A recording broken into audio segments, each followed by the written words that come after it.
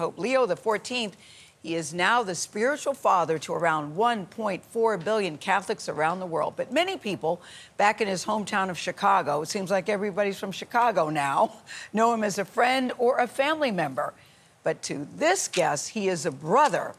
This is the brother of Pope Leo. John Prevost is his name, a retired Catholic school principal in Illinois. John, good morning to you and welcome, welcome, welcome. Good morning and thank you.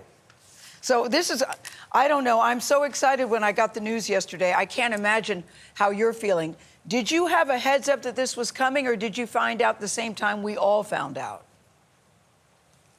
I found out the same time watching TV and seeing him come out. Well, when the Cardinal announced his name and seeing him come out on the balcony. So that's when I first knew it for sure. I suspected it for quite a while. Why? Why did you suspect it?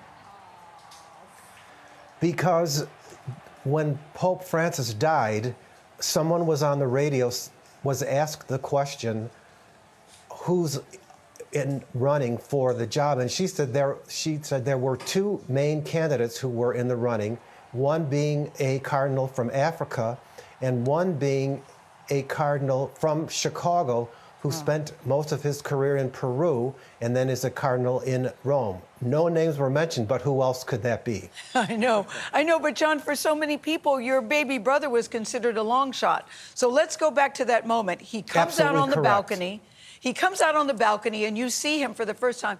What did you think? How did you feel in that moment? At first, I didn't believe it at all. I just thought maybe I'm dreaming. Yeah. And then it's a moment of extreme pride. And then eventually reality sets in and you think, there goes the rest of his life. Yes. And now he's got awesome responsibility that he has to deal with. And so then there wasn't much more time, because as of that moment, the doorbell started ringing and the phone started ringing. And it's been going ever since. Yes. Have you spoken to him, John, yet? Very briefly, I found out yesterday when I was in the house and heard the phone ring. He tried 3 or 4 times, but I was outside with other reporters. So we were able to talk for maybe 45 seconds. And I said, congratulations. And he said, okay, goodbye. Because he knew that there were reporters in the house. And he's not ready for that yet. He said, okay, goodbye. And we keep hearing all about your family background. Yes. I hear there is some Creole blood in your background, which people think, oh, so can we say that part of the family is black? Tell us about your family background, what this means. See, I'm not real sure about it because we never really talked about it. I am aware that my mother's parents were from Haiti. And we are aware that her sisters were all born in New Orleans, but my mom was born up here in Chicago. Well, it seems, but other John, than that, I really couldn't tell you a whole lot. Let me just say, it seems like everybody's claiming you guys. Vlad Dutier, who's a partner with us at the table, is from Haiti, so he's going, yes, he's one of my people. Anybody who's in Chicago or is in driving distance says, he's one of my people. But Tony Dokoupil is in Rome, where he's covering... Go ahead. Oh, somebody's... I was just going to say, and that's part of his job, is to bring the Catholic community together again, and it's already started. It's already started. I heard somebody ringing your doorbell, so don't get up just yet. Tony Dokoupil is joining us from Rome. That's not the doorbell. It's not the doorbell. That was my phone telling me a text came in. Okay, all right. Don't pick it up just yet. Don't pick it up just yet, John. Tony Dokoupil is covering your brother in Rome and is joining us for this conversation. Hey, Tony, meet John Prevost, Pope Leo's brother. Hey, Gayle. Hey, John. Hey, big brother to the new Pope. You said it felt like a dream. Good morning. Finding out your brother was now the Pope. Good morning to you. I have to say, I was in the crowd, and it felt like a dream for all of us here. And I'm so excited for your family, and I'm so interested in their story. You know, your brother is now Pope, but little brothers are not always angels, in my experience. So I'm curious, growing up in that house with him, did he ever get in any trouble with mom and dad? I have to tell you, no.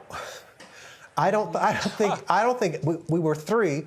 There were 3 of us, but I don't think any of us really got into any kind of serious trouble because our parents took care of stuff immediately. And we just knew better than to be in trouble, even in school. We didn't. Go ahead. Sorry. No. Well, I was going to say you were altar boys after all. John, is it true There you that go. is it true that your brother, when he was a little boy, said either I want to be a priest or I want to be the Pope? I don't know of any little boy that says that.